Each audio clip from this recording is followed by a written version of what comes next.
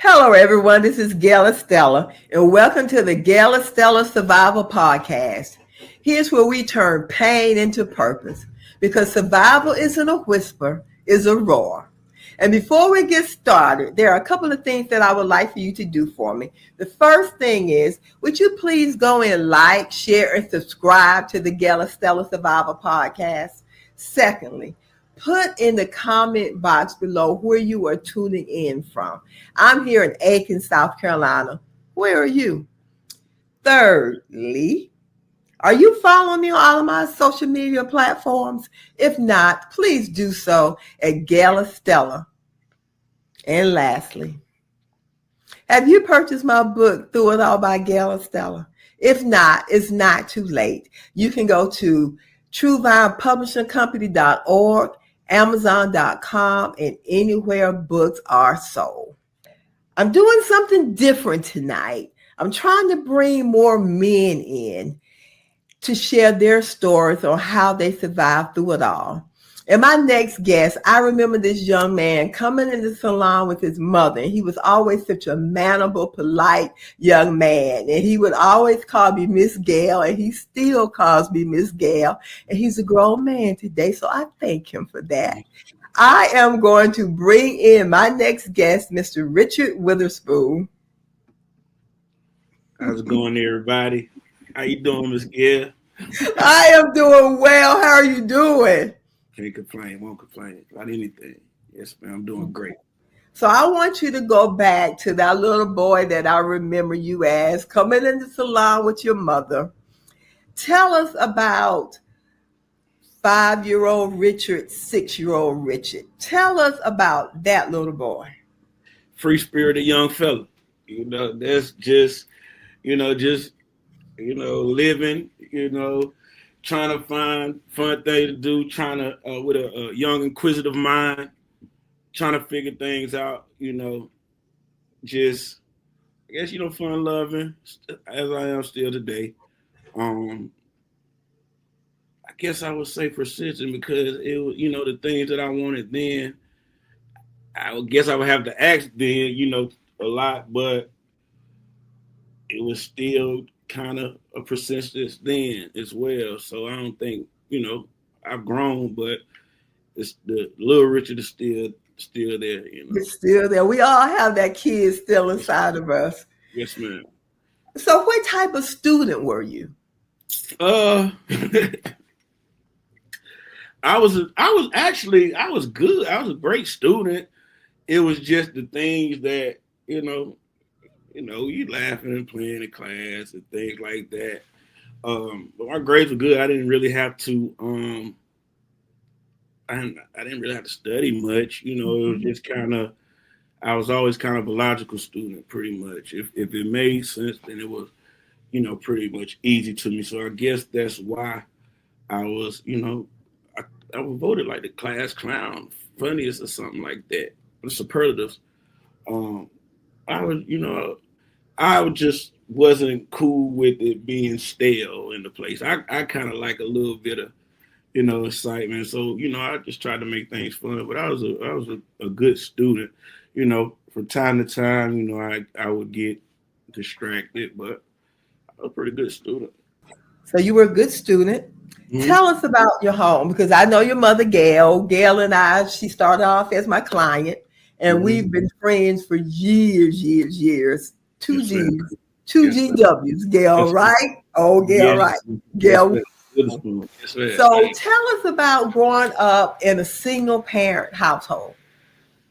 How was that for you? I didn't miss anything, we were a tight knit family. I didn't really miss anything, when my mom couldn't provide or when she fell short, like if anyone else does, people pitched in. My grandfathers, my aunts, my uncles. We made things happen, and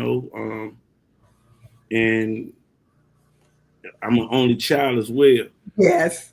So yeah. So that kind of just no. I don't like taking no for an answer. So I think that was a good thing. But coming up in a single parent home, I learned a lot, early. As far as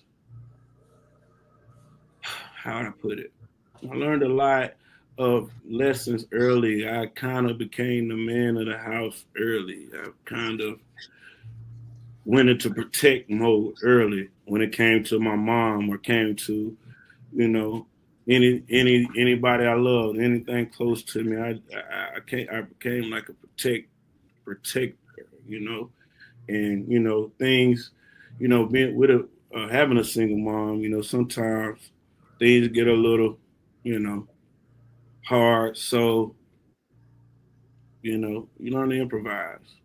Mm-hmm. So Um, we're going to talk about that. So you learn to be the protector of the household yes, ma'am. Early. Yes, ma'am. early. Yes. So for little boys Hmm. that have to assume that role as the man of the house, that have to assume the role as the protector of the house, Hmm. is that a lot for a kid to have to assume at such a young age? Well, you don't think about it at the time. You Wow. it's You it's just, not. It's just a reaction. It's just some things are just in certain people. You know what I mean? I watched my grandfather a lot. You know, he came. He wasn't always the right. He didn't always make the right decision and things like that, just like anybody else. But I just kind of watched how he made. When his name was called, he wanted to be able to come through. You know what I mean? mm-hmm. And that was all. Everybody could call my granddaddy. He fussed about everything, but he was clutch. He would come through, and that's what I learned. That's how a man should be. You provide, you protect, and Come through. and come through. That's it. That's Come it. through. So is it safe to say that your grandfather was one of your role models at a young age? Yes, man. Yes, man. He was my first. He was my first role model. He wasn't scared of nothing. I remember your grandfather, big tall man. He just it's just like the thing that that I might have had been tempted about, or kind of back office about. He's like, no, a man, you got to face everything head on. And no reason to be scared of it. Handle it.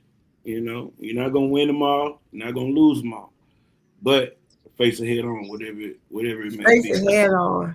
Yes, You have ma'am. said a lot of good stuff right now. We hadn't even got into the interview. Yes, You know, a man's supposed to face these head on. Don't be ma'am. afraid of it. You might not win them all. And you said something about that on your page, and that was one of the questions I have written down as well. So your grandfather, who else come growing up? Was your father ever in your life at all? No, I heard no. My grandfather was my Mhm. father. Your You know, grandfather was your father. yeah, So I you used didn't that no boy, that was it. That's what you knew, that's what you accepted, and that's what you were dealt with, and that and was yeah, it. yes, ma'am. And it was never a thing like that. Uh, oh, I just need to know, who my dad, what's going on with him. He passed away, but Mm-hmm. it was just never like a. I think my granddaddy did a great job at filling the void.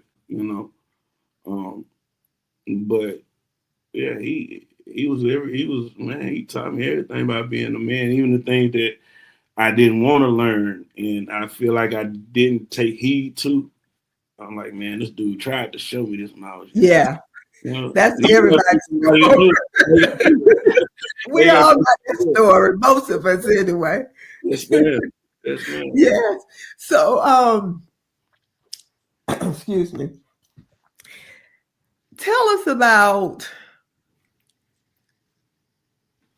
I know the question I want to ask you. I'm going to go back some. Mm-hmm. Your mom being a single parent, Mm-hmm. do you think a mother can raise a man? She can help. You know. How? You know. What contributions or I attributes mean, does a mother provide the in a little boy becoming a man? what my mom taught me was, give people grace.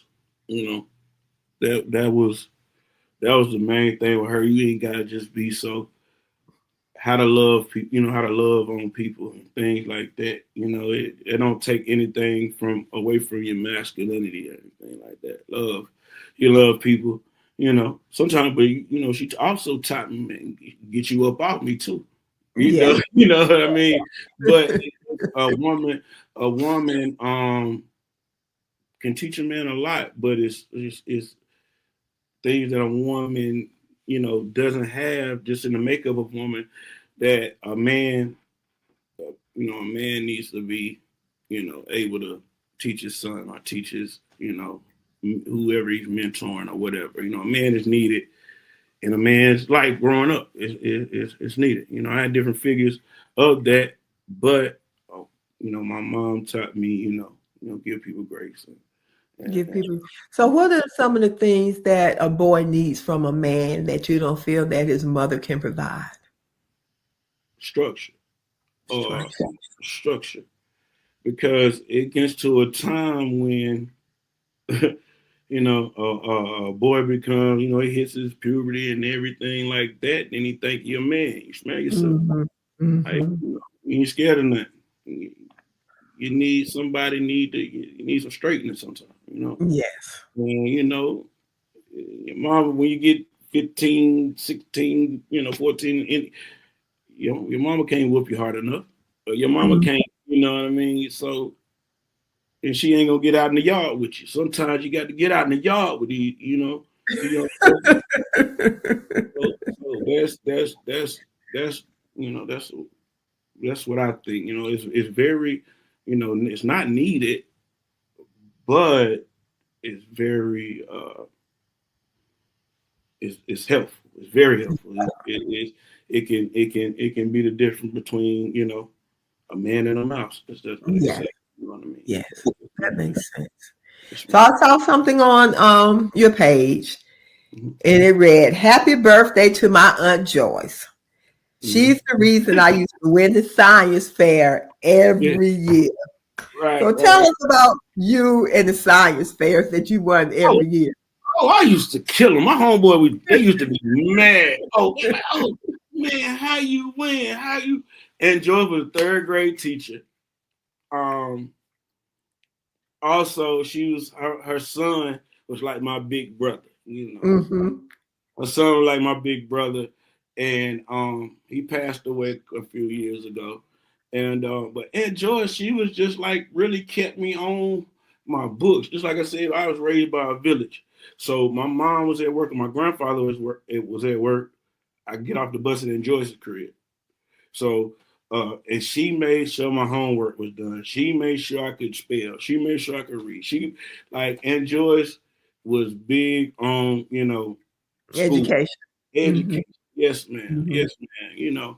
So I carried that with me. But I won the science fair like every single year.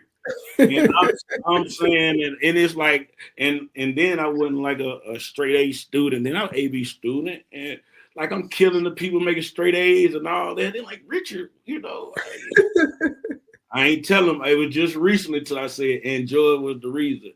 And Joy was the reason. She sat in there with me, and what I did learn about, you have a hypothesis, and then you come down and you have a answer for it. You know what I mean? So that's kind of how I handle life. But just that lesson right there, you know, took me. That's how I apply things to life as well. So they was mad at me about that. My boys mad at me about that. But and Joyce helped me out, you know, with the start when I started school and everything like that to be on point. Yes, ma'am. Hmm. Hmm. So we're going to go back to your grandfather. I remember when your grandfather passed. Yes, ma'am. How was that for you? Crazy, crazy. Um, I was going through something, like I probably had to, lay down. I was really probably had to do some jail time, and I happened to not thank God. And he told me, like, I was living in Spartanburg, I was in college there. Mm-hmm. He told me to come home. He told me to come home, like, man, get from up there, dog. Get up from up there. So I came home that night. We left court. Me and my mom. My mama took me to court that morning, and went and got a couple of things, Yeah, we went straight to Van Way. You know, my granddad was waiting on me, man. And me and him had like he used to call me Boo. He used to call me Boo. He never called me Richard. Like that night he called me Richard. We spoke about like everything. I mean, and he told me like, yo, I'm not gonna be able to come and get you from jail no more. And I'm thinking like, man, all right, you said you ain't spending no more money on me, but the next morning he came when I woke up because he always woke up listening to quartet early in the morning, and we were supposed to go get some stuff for my dog, and he wasn't up. He wasn't up, and I'm like, man, why granddad ain't up? He said we were getting early. We were getting up early. I went back in the room. It was just me and him there, and he had passed on. I tried to give him a mouth to mouth resuscitation, like how I used to know. That's how I used to check on him because he had a big old stomach. Mm-hmm. And, Mm-hmm. and how I would check on him was when I know he sleep because he had the machine and everything. I would see his stomach go, up and down under the cover. That's how I would just check on him. And I went back there to check on him, and I called him, I turned the light on, and his stomach wasn't going up and down. I'm like, Granddad, I started blinking the lights, crazy. And then I'm like, he ain't answering. He ain't answering. So it just kind of, I went and shook him. He wouldn't give me nothing. I pulled the cover back off of him. I seen he had already, you're released and everything. And, I tried to give him mouth resuscitation. And like he took his last breath. I was like, man, Granddad, wake up, man. I need you, man. Wake up. And it was just, that was just like, I still have, nightmares and stuff about that. Like, that's the first time I had seen someone that, I lost a lot of people, but like right there with me in that moment, like, that kind of changed my mental because I gave him a promise before he died, and we was always big on keeping our word, whatever it may be. So I couldn't go back on my word, you know. Oh, okay. Do you think he knew he was going to pass that night? I really feel like it. I really feel like it because of the thing that we talked about and how he addressed me more so not like his grandson, but as a man. As a man. Yes, ma'am. Like, and when he told me, I'm just thinking like, dude, man, I know you gonna come through. You gonna come through, man. Yeah. You can't. But he told me like, Richard, I'm not gonna be able to come and get you no more. And that's it. Like, he said, I'm like, man, you ain't got to worry about that. You ain't got to worry about that. Because I went through all kind of depression with that. Like, man, you ain't got to worry about that. But he was meaning that, he felt, I guess he knew, or, felt like his time was about to be up. And, he put, and thinking my granddaddy and my aunts and uncles, all of them, they put the house on me. They everything he worked for, like he was willing to, take a chance on me. You know.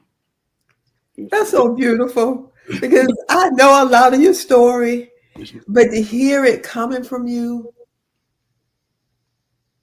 it's sentimental, it's emotional, and your vulnerability. So thank you for that. No Thank problem. you for being transparent. Yeah, my pride ain't never too big. If I can help anyone, because people go through trials and things like that, but that it's not the end all be all. It's not the end all. So let's go into that gateway. Yes, ma'am. Let's go from the young man that, and again, I'm sorry for the loss of your grandfather. I remember all of that. I remember that. And Gail still talks about daddy, daddy, daddy. So I remember your father. I remember during that time. Mm-hmm. Let's talk about how the trajectory changed from the young man that won the science fair every year. He goes to college. and decided to make a different choice, or deviated from the path that he was on. Let's talk about that. Um, situations, like I said, coming from a single parent, my mom tried to, she did her very best. She's a great woman, She did her very best, but we fell short. We fell short. We lived in Van Wyck at the family house, everything like that. So my mama wanted to do something different, get out and get me from, she wanted to have a son and have her own house and have her own Mm-hmm. rules and everything. And my granddad was pretty like, you ain't on this, you you know what I mean? So she wanted to do her own thing as any grown person, but we moved to a Fort Mill, you know,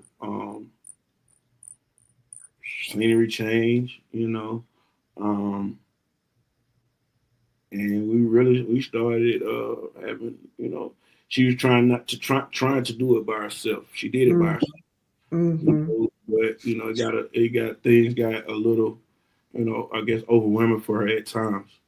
So we would, cars, things like that, cars and you know, the man would come get them time to time, and it would have her feeling the type of way, and I would have to hear about bills and things like that. And I guess that's just what started. I mean, like I told you, I came from provide and protect Mm-hmm. man of the house. What you gonna do? What you gonna do, young fella? You gonna barbecue? You gonna meal do? And that's it's, So, how were you introduced to the lifestyle? Did it come looking for you, or you went looking for it?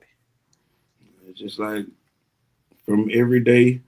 It was just every day my rounds. It was already there. It Even in was college? yeah. In college, that's when it went. Because everybody's partying, everybody's Yeah. you know. But it was just I was always around, but I was more so into basketball. I used to love basketball. I had a love for basketball, and I felt like I was pretty good, but it didn't take me where I thought it should take me to. You know what I mean? So I just like, man, I ain't wasting my time with that no more. And you're a man. A man is supposed to have money. A man is supposed to be able to take care of things. Man, like, okay. So, around when I was about to get out of high school, 17, I think I graduated at 17. So around 16, 17, um, my Uncle Ricky died, my aunt's husband. So I had to keep my little cousin, Laura. And basketball, it kind of like, it became like something I just did when the the real world hit me. My homeboys. I was the youngest one. I always hung around older fellas. They all had jobs, and I used to just have to hate to ask them, like, man, think about me. They wouldn't mind or anything like that, but bro, like, I'm a man just like you. You ain't supposed to be buying me no food, or every time we go out, you got to look out for me. No, that's just not how I feel like a man is supposed to carry himself. So, Mhm. inquisitive minds, uh, you know. So it just kind of like I was just around, and it just kind of presented itself. You It presented itself, and you took the opportunity, one, to help your mom, Yeah, yeah, and because two, a man is supposed to provide, and three, you didn't feel that you were supposed to ask other men to do anything for you. You were supposed to be responsible for yourself, first and foremost, first um, and foremost. yes, ma'am. I'm not saying that men aren't supposed to have any help, but I'm supposed to say, how what are you doing to help yourself, Mhm. type guy. So if I'm not applying myself, then I don't feel like you know I have the standing to ask someone for help who's working Mhm. hard. their money or doing whatever. So I just was trying to figure it out. Trying to figure it out. That's it. And then I was dibbling and dabbling in high school. But what really made it was, like I said, I went to college, and my mom was helping me with my rent, and she ended up getting thrown out of her home, and I came home and everything was outside. That Mm, turned me into something different. That turned me into something different. Like I'm like, man, I'm up here at school. She trying, working, doing all that, and I come home and her stuff out, and it wasn't for real. It wasn't on any account of hers because I would go take the payment where it's supposed to be. She got in contact with the wrong people, and they didn't have any. They were saying that they were helping, but they weren't. mm. And my mama being a trusting, and graceful lady. Yes. Still is. She still is. Bless her heart. I know. Mhm, Um, so when you so listening to what you're telling me, mhm, and when we see boys, some girls, and we wonder why. And what you're telling me, it just makes it feel so legitimate mhm, that the reasoning is real. Some may say, you're a smart young man. Could you have not gone to work, for a company or a plant or a fast food restaurant to make money? mhm. Because those were options as well. So why not turn to those options instead of the choices that you did make? Like I said, I've always been calculated 1+1 = 2. Because if you go to work every day, why I got to go? If you going to work every single day, and I can provide you with something, I ain't got to go to work.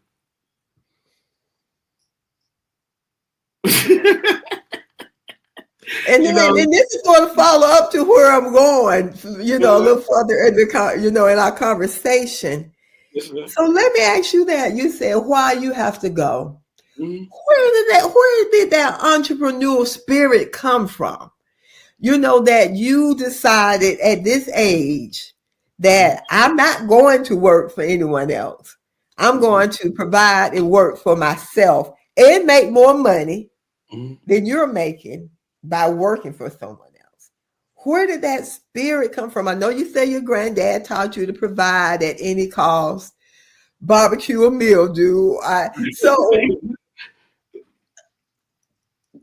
innately, I was a because good some worker. things are just innately in certain people. Yes, ma'am. And I feel by knowing you like I know you, Mhm. that you would have never done well, even if you would have finished college. You probably would have done well pushing the time clock. No, man. No, man. Because I tried that. And it just never. It just never worked. I wasn't a good worker. I don't know. I did everything, but I still wanted to do things like how I wanted to do it. And that ain't good on nobody else clock that they paying you for. You know, and it would uh, I got accustomed to living a type of lifestyle. Yes. And you know, my lawyer was like, "Bro, you're gonna have to get a job. You're gonna have to do something, and like you need to work for yourself. And like it was um, never really. It really didn't come till later on, where I was like, man, I can't. You got this on your record. You got that on your record. Back then you couldn't really get a job if you had something on your record. You know what I mean? Hmm. Hmm. Hmm. What am I gonna do to try to sustain? I like nice things. I want to be able to help people. Like punching the clock just wasn't. It didn't sit. It's not what I wanted to do. It's not what I had. you know, And none for you, picture for my life, you know. for your Yes, life. yes, ma'am. So the first time that you got, should we say the word caught, busted? What verbiage do you want me to use? Yeah, it's all the same. Okay. It's all So the same. It's all the can same. you remember the day that it happened? Yes. How? I, In I was sleep at my granddaddy's house, sleep. I got a call, and somebody needed something. So I had to go do all that, and just coming on the way to the crib, just got behind me, and I was all sloppy. Uh, do you think you were set up? no, not that time. Not Okay, okay, okay. not that time. I was just moving sloppy and not young, not haven't had any any contact with the police or anything like that. And, just moving too loosely, and they just got behind me and went through a car.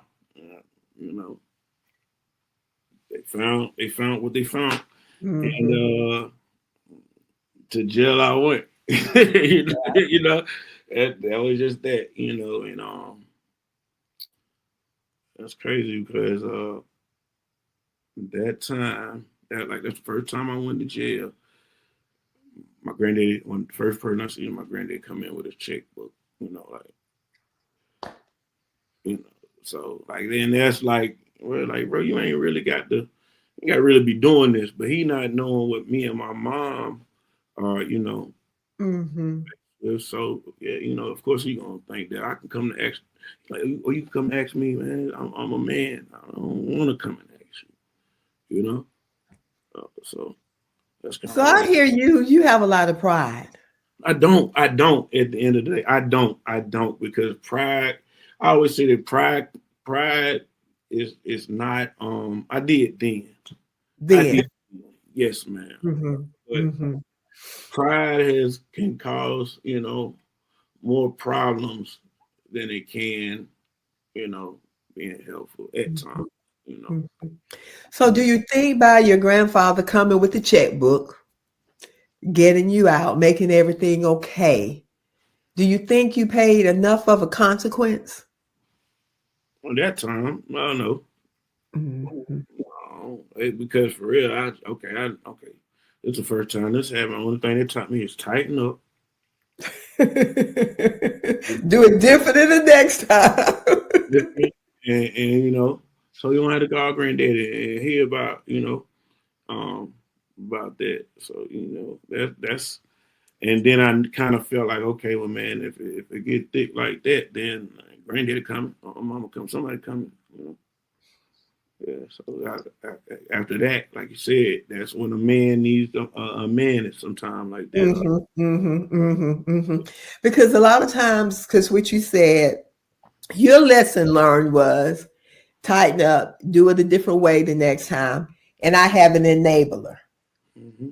And for so many of us, myself included, my parents enabled me a lot. Mm-hmm. And I think sometimes if parents, grandparents, if we allow our children to hit their bottom or have to deal with their consequences, sometimes the lesson learned will be different than the lesson that you just said. Mm-hmm. Because basically your lesson was, okay, I failed at it this time, and you talked about that, Mm-hmm. but we still gonna make it work the next I'm time. gonna go on, baby. Somebody Yeah. gonna come and get me, So that's what I'm like. Well, you got to be better, so nobody don't have to come and get you. But but if it gets bad, then somebody, So let's stop right there. For a mother that's watching, or a parent that's watching, and their child or living the same type of lifestyle, mm-hmm. what would you tell them if their child got caught? Because I know as parents, we don't want anything bad to happen to our children. But what would you tell them? You got to know your child, Know your child. yeah, I mean because some kids may take it as neglect, or some kids may take it as just like I took it. Somebody's coming.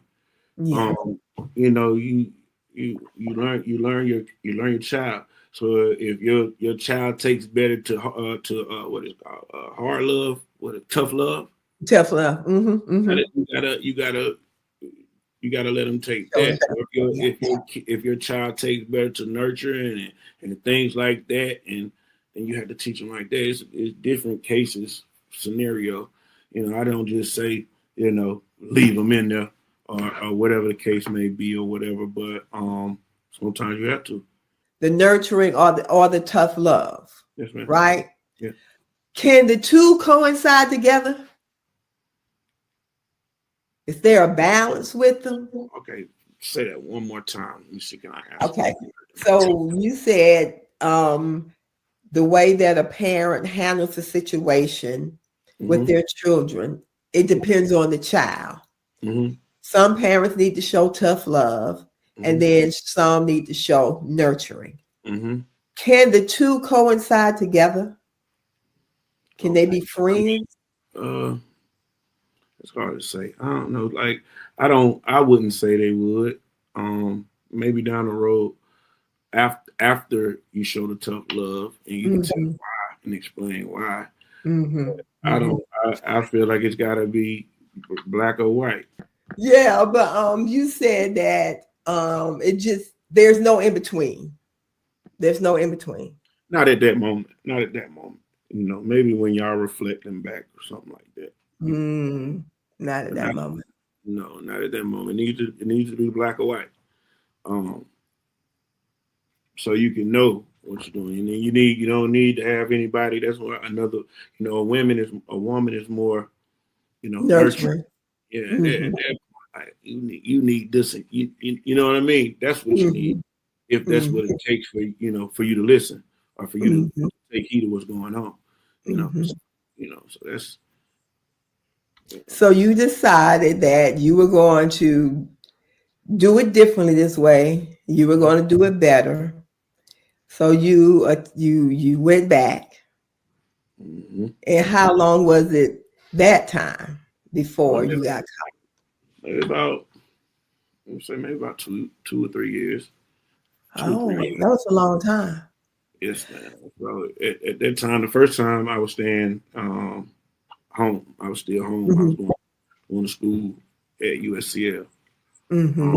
Second time, I had moved to Spartanburg and was out on my own. And coming down to Charlotte, um, same thing happened. Going to pick up something, and they stopped me. At this time, I got people with me, and They I talked. Mm-hmm. they say, So for 2 years, mm-hmm, and I know a lot of times when I think about the word power or indispensable, mm-hmm, did you feel a sense of power? Did you feel you were indispensable? Did you ever feel any of those nah, adjectives? nah, because um, I didn't feel like that. Actually, I didn't change anything. Changed Okay. about we were just trying to just trying to get a little money in my pocket. Didn't want to be a broke college student like it always Mm-hmm. goes out to be. Um, so it wasn't nothing like an ego. I didn't Mm-hmm. ego. So how were you doing in school? How were your grades in school? They started good. They started They good. started good. Yes, man. They started good, but then when I got out, got away from home, Mm-hmm. got by myself, started, experiencing life situations from my own views, things Mm-hmm. like that, with no, my mom or my grandpa not saying nothing or have knowing what's going on. Mm-hmm. Kind of taught me problem solving. Mm-hmm. So that's what changed. I had a little more. I ain't gonna say freedom because I wouldn't. They wouldn't. It wasn't like they were just all over me or nothing like that. Mm-hmm. But they had no idea what was going on. What was going on? So Now they we thought play, that now we play they like, Mom, I need some money, or Granddaddy, I need some money. You know, I was straight, but well, my mama couldn't so much at the time because she helped me with my rent and everything. hmm But I was like, man, I just got to keep it to the script. They used to be Yeah. so, but I ain't need anything, um. So that's I guess that's just kind of weird. When I moved, it turned to it, and then like I said, when I moved there, that was when I came home and my mom still was outside. So So yeah. turned that turned that turned me into something totally, like I said, it turned me into something totally different. Mhm. So you said earlier that you learned how to be the man of the house as a Mhm. little boy, and you said that turned you into something totally different. So did that elevate that need to be more of a man, to provide more? It just took it up a different level. At any Hmm cost, turn it at any cost. In any cause. Yeah, that's what it turned to. It wasn't like I wouldn't oppose it. There was about $1, I wasn't opposed to it. You know, Mm. that's where it got to. So do you, I know you said a man is supposed to be a man. Mhm. Could it also have been that you just had that much love for your mother as well, that you didn't want to see her going through what it was that she was going through? Oh yeah, very, very, very much so. Yeah. Very much so. And me as a man, I'm looking at the men like, I already don't, I already don't like, me being a man. I'm not going, and I've grown. I'm not gonna take. She had a little friend guys and things like that. And I'd be like, "Man, them guys ain't like me. They don't have nothing in common with me." So like, it was nothing that you know they could tell me or say. You know, Mm-hmm. So Mm-hmm. it, I guess all of that from everything that happened, it kind of just Mm-hmm. into Mm-hmm. some, way. Mm-hmm. Yes, man. Mm-hmm. And so you got caught again. hmm What were those feelings at that time? Again, man, this time they're gonna make me sit down. This time they're gonna make me sit down. It's not no, and especially like we had changed. Well, I had changed. Cause I had built the little team up. So I would just, you know, um, this time we had changed what we was doing. We had went to a whole nother program. Um, you know, something a little heavier, and what I had, you know, it you're gonna have to sit down. That was my thing. I already Mm, I already knew, and how it happened. Um, I feel like I had to be, someone, you know, something else happened to someone else. mhm, mhm, Yes, man. mhm, Yes, man. mhm, We would get out of class, and because like I said, like, we moved to Spartanburg, and well, I didn't. We moved to Spartanburg. I moved to Spartanburg, and we 2 hours away from Atlanta. Major thing going, yeah. you know, and yeah, I started going to Atlanta once or twice a week. I might skip class and go to Atlanta. I might, you know, my mama might think I'm in class somewhere, or I'm just get back off the road and go straight to class, and I'm in class. You know, and yeah, that time, that time, it just some, it wasn't right. It wasn't right. Mhm, It got me coming out of Atlanta. Um, it was two polices waiting. It was like kind of like they were waiting on me to come, you know. And when I seen them, I had passed them first, and I was dressed up. I was dressed up, had my collar shirt on and everything like that. And I was in my granddaddy's. I was in my granddaddy's car. Um, God's spirit, nothing out, you know what I'm saying? Nothing Mm-hmm. hands out, anything like that. And I got on my glasses and everything, trying to look, just, and when I seen them in the road, like I was on the interstate, so one was facing this way and one was facing that way. And dang. So I get past them and I look up in the review, I see them coming. So I kind of just like I go up to the next exit and try like I'm going off. They follow me up there. I go into McDonald's and act like I'm gonna. I'm about to get something to eat. Yeah, Mm-hmm. police come in right behind me. And yeah, man, that was the craziest thing. Like they pulled me out the car, asked me what's going on, and they wanted to search me. So I had in the stuff in the car, had stuff tucked down on me, all of that, and they Were asked you me, scared? uh, I got the butterflies. I ain't gonna, Okay. you know, Or were you more like, who in the world just set me up? A house is, I'm like, what in the world? Like, I'm in the Dodge spirit. Like, I'm yeah. like, dude, like, Mm-hmm. what am I doing to make you? And they Suspicious told me, of yeah, me. they told Mm-hmm. me something like my granddaddy had we believe in Jesus or something like that on the tag, but it was covering up. It was covering up the sticker. The decal, Yes, yeah, ma'am. Yes, ma'am. So they said in Georgia that has to be, you can have to be able to see that. But yeah. Hmm. that wasn't, man. How you wasn't looking for that, you know? And fast when I'm driving, So, but yeah, like when they took me out, the police he started searching on me and everything, and he went around my waist where everything was. And I pushed him off, and I started booking. I started running. Uh, and they beat me. When they caught me, they beat they beat me. Wow. Yeah, they beat me up. So, you know, if they had to run after you or something like that, they're gonna put their Yeah. hands, They, So yeah. yeah, Hmm. so Hmm. and Hmm. that right there was the start of like that's when I knew like sometime soon, brother, you gonna have to go sit down. Hmm. So Hmm. yeah, that So, that do you have any trauma from that incident with them beating you?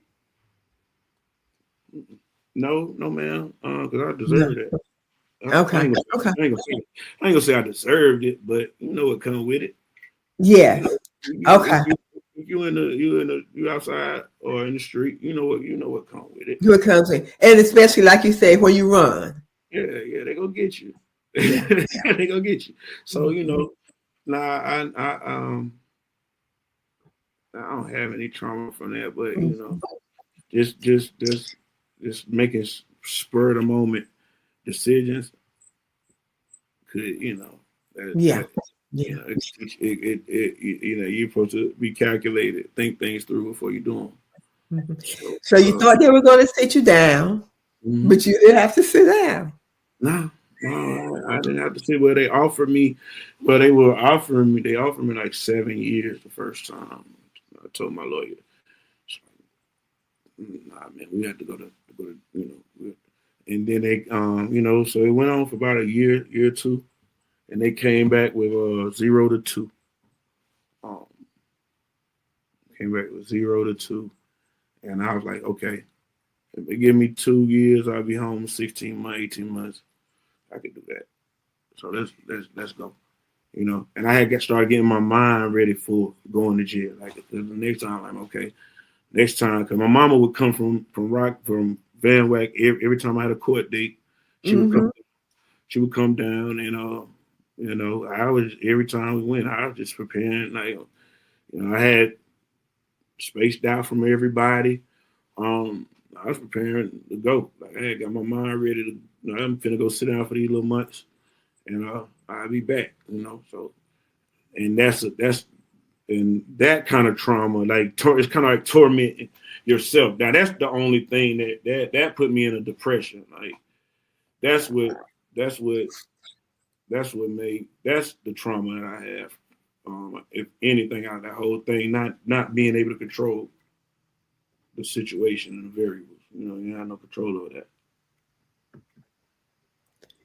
And how did you get out of it? Because you didn't serve any time, did you? I did like a week. I did like a Oh, week before, and because uh my granddaddy, like I told you, my granddaddy, my mom, and them, like they put the house up. mm-hmm. You know, um, it got me the best lawyer. Matter of Mm-hmm. fact, I had before. I don't know if you heard the case. It's a rapper named. His name is Young Thug. Mm-hmm. I had the same lawyer. My granddaddy got me. My granddaddy. My mama had a home girl, and they. She was like, "You need to go with this guy right here," you know.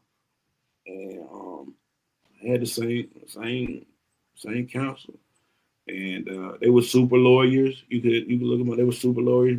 Bruce and Jonathan Harvey. Um, and they told me they were like, we don't defend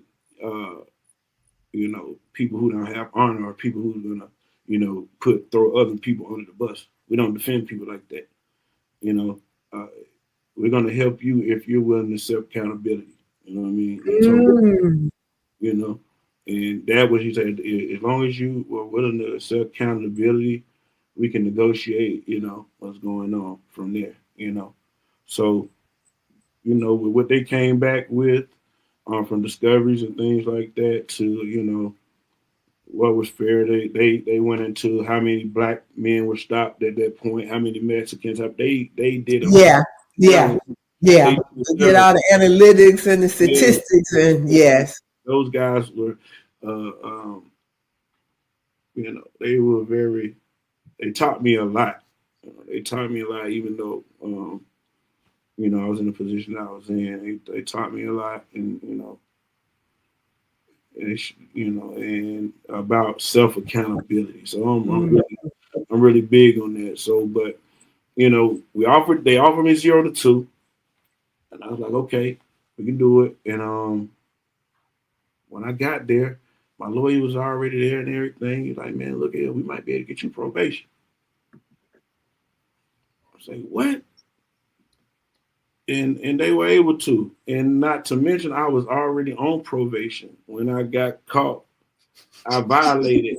I violated. So that's what Right. I'm You weren't like, supposed to be in Atlanta, were you? oh no. I violated probation in Mecklenburg, and my whole case, they were like I said, it took about a year and a half or two for them to come back with that. But I wasn't going to court in Mecklenburg, so I was kind of on the run. Mm. So I got I was blessed. I was blessed. I never mentioned nobody else's name. I was able to take self accountability, and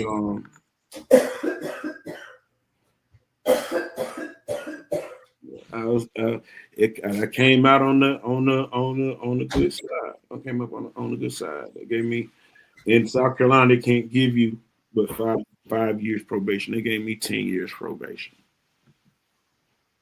They gave me 10 years probation. There are a couple of things I hear from that story. Mm-hmm. The first one is God. Yes, ma'am. God all over it. God all over it. God was all over it. Yes, ma'am. The second one's the fact that you were able to afford the representation because there are so many young men that can't afford that type of representation and they have to do a lot of time in jail. Mm-hmm. And then you said it taught you about accountability. Mm-hmm. So do the accountability, how has that carried you to where you are now? Because we're going to fast forward to Mm-hmm. where you are now. Okay.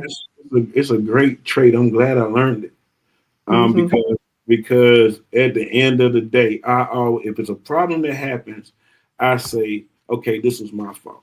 This was my fault because I shouldn't have been moving this way. What can I do? What can I do to change, what happened or what the outlook of things? Okay.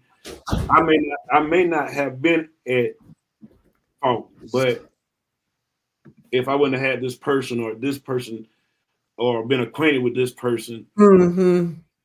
wouldn't have happened. So I always say, what could I have done differently? What role you played? There you go. What role Take you me away from the situation. There is no situation involving me.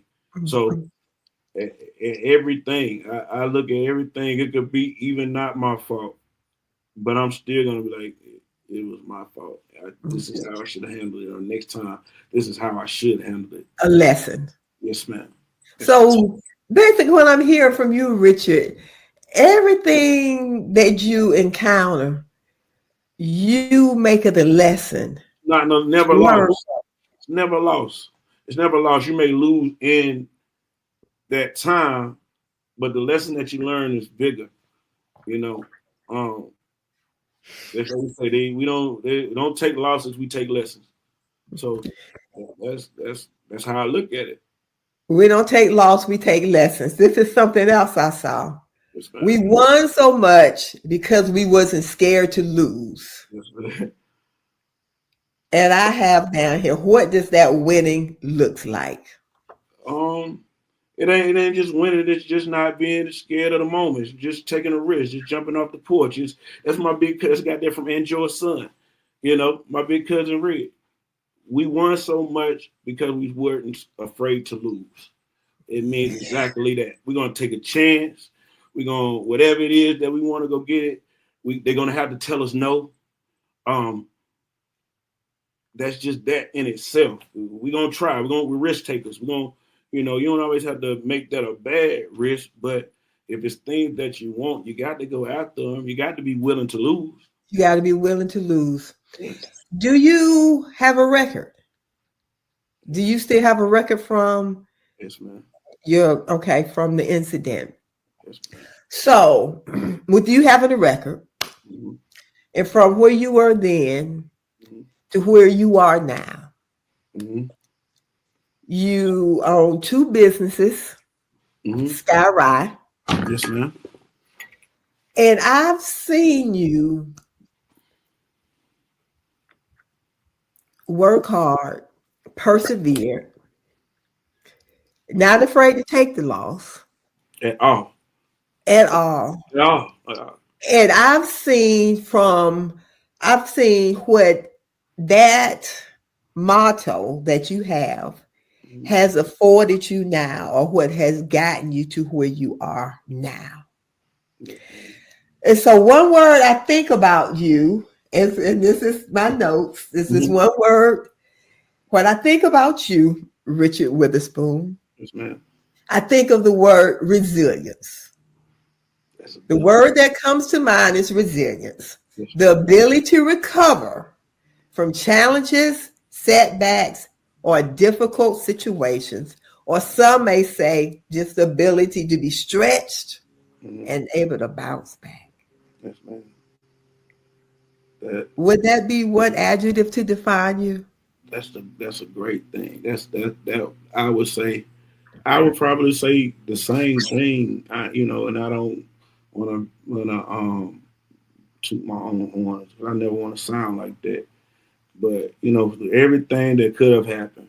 When I could have laid down, or when I could have gave up, or when I didn't like myself, or all of that. A lot of things happen. A lot of things happen, but I'm thankful God gave me the heart I have. Mm. Don't have lay down and quit in me at all. So where did the confidence come from? Was Well, it go ahead. Go ahead. where did the confidence come from? Because let me go back. You said when you didn't like yourself.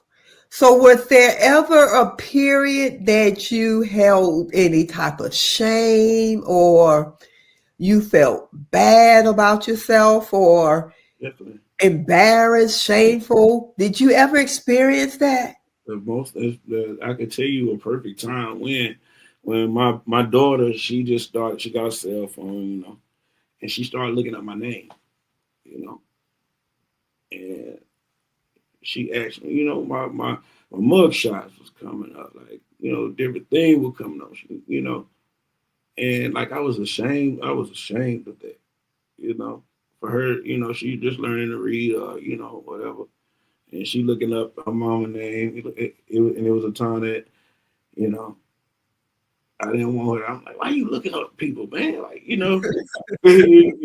so that was it was a time like I struggled about 2 or 3 years. Like I had to go get counseling and things like that. And I'll coming like I said, coming up through school, I played sports, things like that, and like I said, I was okay. So I guess the confidence would come from there. I'm used to, from that, and when I hit bottom, I never felt like that, and that was just like a place I just never wanted to be, and it was there for me, and I just couldn't dig out of it. And it took for me to go, court order to go speak with someone. You Did it know, help? oh, men, there's another thing about pride. Men don't Yes. go talk, Yes. you know, and talking to this lady, um, she Miss Robin, she never judged me. She never, like that was a critical time in my life, and like she taught me through a lot of things that I didn't even know was there. And yeah, she gave me this exercise to do. When you get up in the morning, you go to the mirror, you shower, and you go to the mirror and you say, you do your affirmations. I am Yes. somebody. Affirmation. Whatever, however you want to feel, that's what you do. Because the only person who can determine who you are is the person that is in the Looking mirror. in the mirror. That's it. Yes. And that's when I just stopped. Like after a while, I just stopped caring about what people thought. I just thought like I ain't, and just started like trying to, I asked God like, what's my purpose here? You know, Mm. you know. And dude, Did he give you an answer? dude showed me some things. Mm. Dude showed me some things like that, unimaginable. Things that I never thought I would even deserve. So, It right through whatever wit me was a person.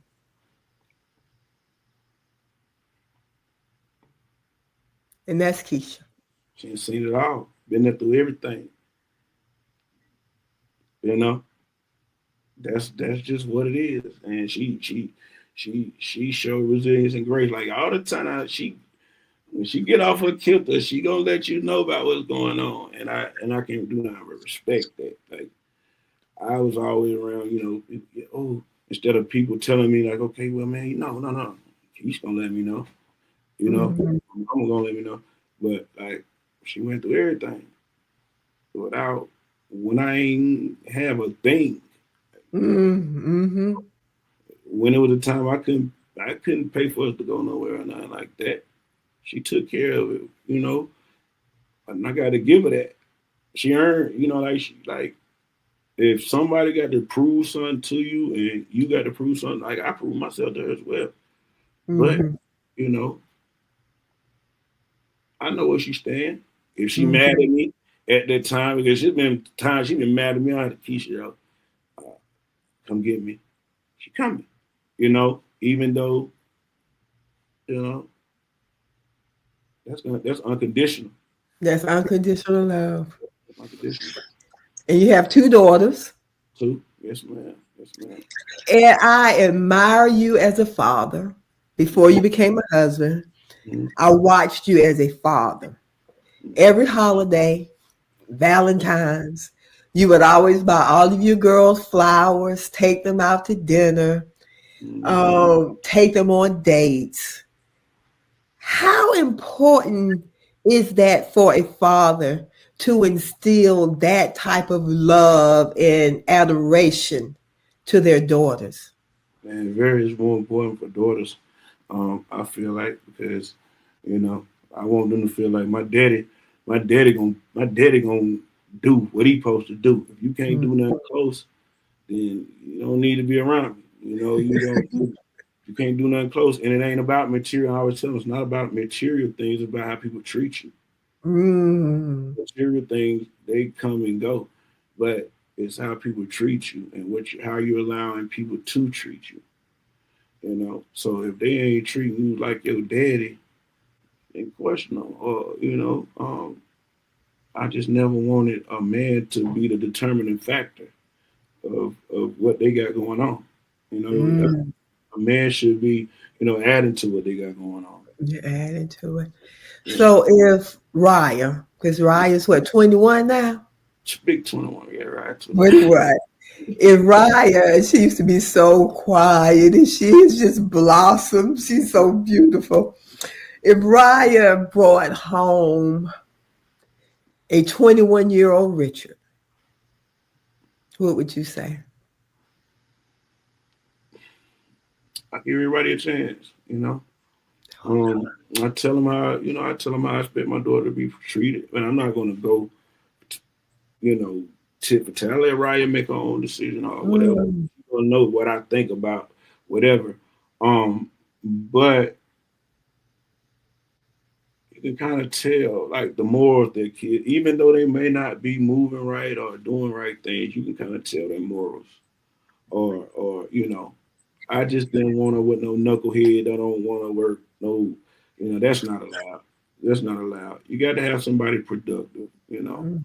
Um, somebody that even if they got going on anything going on or whatever, they got to have enough respect for you not to bring you around if anything is Mm.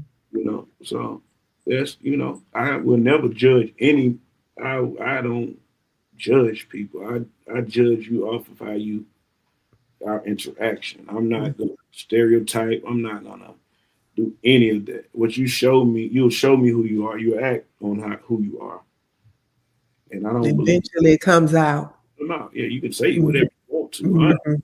Your words Mhm. got to match your actions. If they're not Mhm. matching, then Mhm. And Skylar's a daddy's girl. yeah. She's growing up. And I don't think you're gonna have to worry about Skylar. Skylar's gonna be able to hold her own with anybody. If I had a son, I don't think a son could be that much like me. He's a girl, me, like, real all the way around. Yeah, Yes, she yes, free yes. spirited. She free spirited. She kind of marched to her own drum. And I try to let her be her. Mhm. I, you know, Mhm. I Mhm. kind of try to let them. My thing was, if y'all do something wrong and y'all know y'all doing something wrong, be able to stand on it. Because Accountability. yeah, you'll be able to stand on it. If you got to get a whooping or whatever you got to get with it, Yeah. and you decided to do it, be able Mhm. to take that. If Yes. you're willing to take that, don't do it. Mm. So that's what I always give them. With Sky, she pushed the envelope. Like she pushed the envelope. Like I know. I love her. I love her. I love her. she So taking you this. just got married. Yes, ma'am. Yes, ma'am. How, or is it different from dating, being married? Nah, Is there a difference for you? nah. I was with me and Keisha been together. What, this will be like 19 years. I know. 10 years. Like, yeah, Mariah was what? Mariah was 3 when I Mhm. met Keisha. Yeah, so like we developed a bond. Like, we had been through everything. We just didn't have the names attached. You know Mhm. what I mean? And she told me like we have our times, and she told me like regardless, like I want to be with you. I want to be with you, regardless how it has to be. And that was Mhm. just like Did that make you respect her more? it's probably what I've been like. Well, wait, no, because I would always say I don't want to get married until I'm able to, if it comes a time you don't have to work, you can't work, you out of a job, I can take care of everything. That was Mhm. always my thing. Mhm. And you're actually never, really ready for that, but that was just my thing. But when she said like I'm going, I'm riding, I'm here for the ride. I'm with marriage or not. Mm. unconditional. You know what I'm saying? Unconditional. So are you at that place now that if something should happen that she can't work, you can solely provide for your family? Thanks, How does thanks, that make you feel? thanks to God. Um, it makes me feel good. It makes me feel real Mhm, good because mhm, it's like a goal. It's like a goal. Something that I look, always, wanted to be able to do. But she'll mhm, go get it. I don't think she should go get it. She mhm, um she gonna work. She gonna work. So I don't feel like she would leave me like that. But it's been a time where you got to pick it up a little bit. But yeah, I mhm, think I'm able to. mhm, God's up, yes, man. mhm. And so you have your chain, your necklace, and Mm-hmm. your t-shirt, your brand, your Mm-hmm. business, Sky Rye. Tell everyone about Sky Rye. Well, Skyrock And comes the from name. Where did the from name derive from? it's from my daughters, Skylar and Yes. Mariah. You know, Mm-hmm. Sky and Rara. Mm-hmm. So that's where it comes from. And I always told them, like, and if they know electronics, but they don't really. But I wanted to have something. If I leave here, you have something. You'll be cool. So that's right now. It hadn't been about me for a long time. Mm-hmm. So my family, I won't. If anything ever happens, because anything could happen. I want my family to be, okay. Taken care of. Yeah. Do you have a mentor or as an adult, any men that have guided you while you at the stage in your life that you are now? Right now, Mm-hmm. I talk to Any my men uncle. that you I talk to my uncle quite a bit. mm-hmm.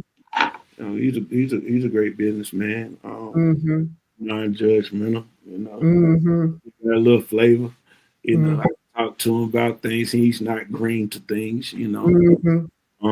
Yeah. But I talk to a lot of different people that give me, that give me jewels. Mm-hmm. You know, um, I could take anything from a janitor to a judge. Mm-hmm. You know, I but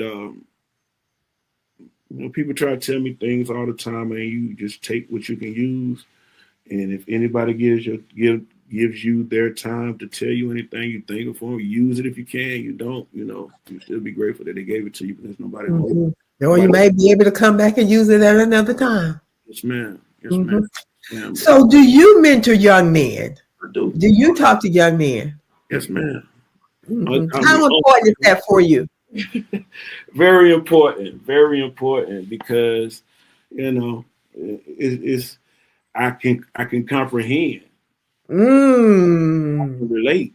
Like when I was that age, like I don't want to hear nothing from nobody who ain't never did nothing. I don't want you to Mm-hmm. tell me nothing if you ain't never experienced anything. You can only tell me what you heard about. Mm-hmm. When somebody can give you knowledge of certain things that you actually been through or dealt with, then you can take heed. Mm-hmm. And I don't talk at them like I don't talk You're down. right, right, right. Mm-hmm. I'm always like, bro, you can make this decision if you want to, but like I tell my daughter, Consequences.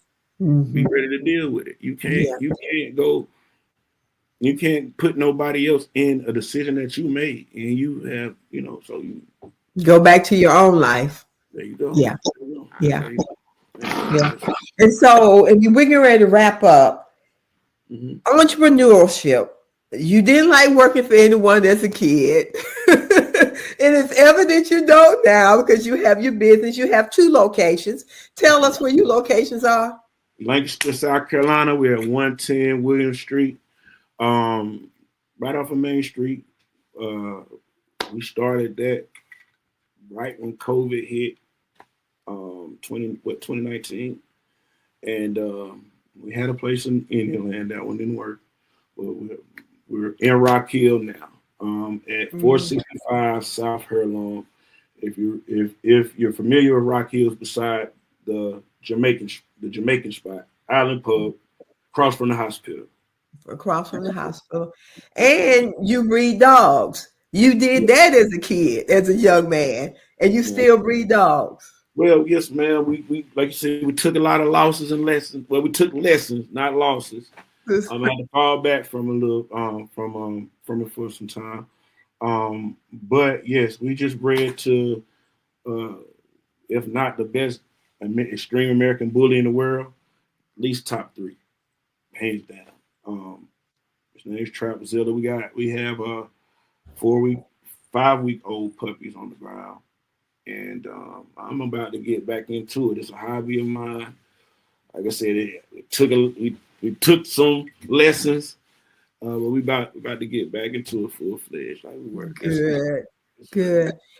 So we're going to go back to your grandfather. We're going to close. okay. He said that he wouldn't be able to help you out anymore. Mhm. Would your grandfather be proud of the man that you've become? And I think I, man, I think he would. I think he would. I think he would. Through everything, uh, when he was here, I never got to take him out to eat. Never got to. Hmm. He paid everything. You know what I'm saying? He took care. Mhm. It would be. I always think about like, man, if he was here, like what I would do, how to go get him, or how I would, you know what I mean? But with that being said, with me even being able to do any of that, I know he would, you know, he would be Be proud. Do you think your mother's proud of the man that you've become? something. Yes, man. I would say she had to put me back on my rocker sometime, but yes, I really do. I think Yes, as well. yes. And I am too. And that means a lot to me. And I was telling somebody the other day, I was like, yeah, I know Miss Gail. She knew me when I had learned the phone number over the sheer images and make sure. Where's my mom at? You over there on Friday night? I want some pizza. All night long in the hair salon. Yes, ma'am. So, Yeah, yeah, yeah. This has been good. This has been so good. yes, Thank ma'am. you so much. And I there's appreciate one question I want to ask you, and I need three answers. it. Okay. This is the Gail Estella Survival Podcast. Yes, ma'am. Tell me three things that has helped you to survive. Uh, my family, Family, God, God, God, my family, and having a no quit, being resilient. resilience. I love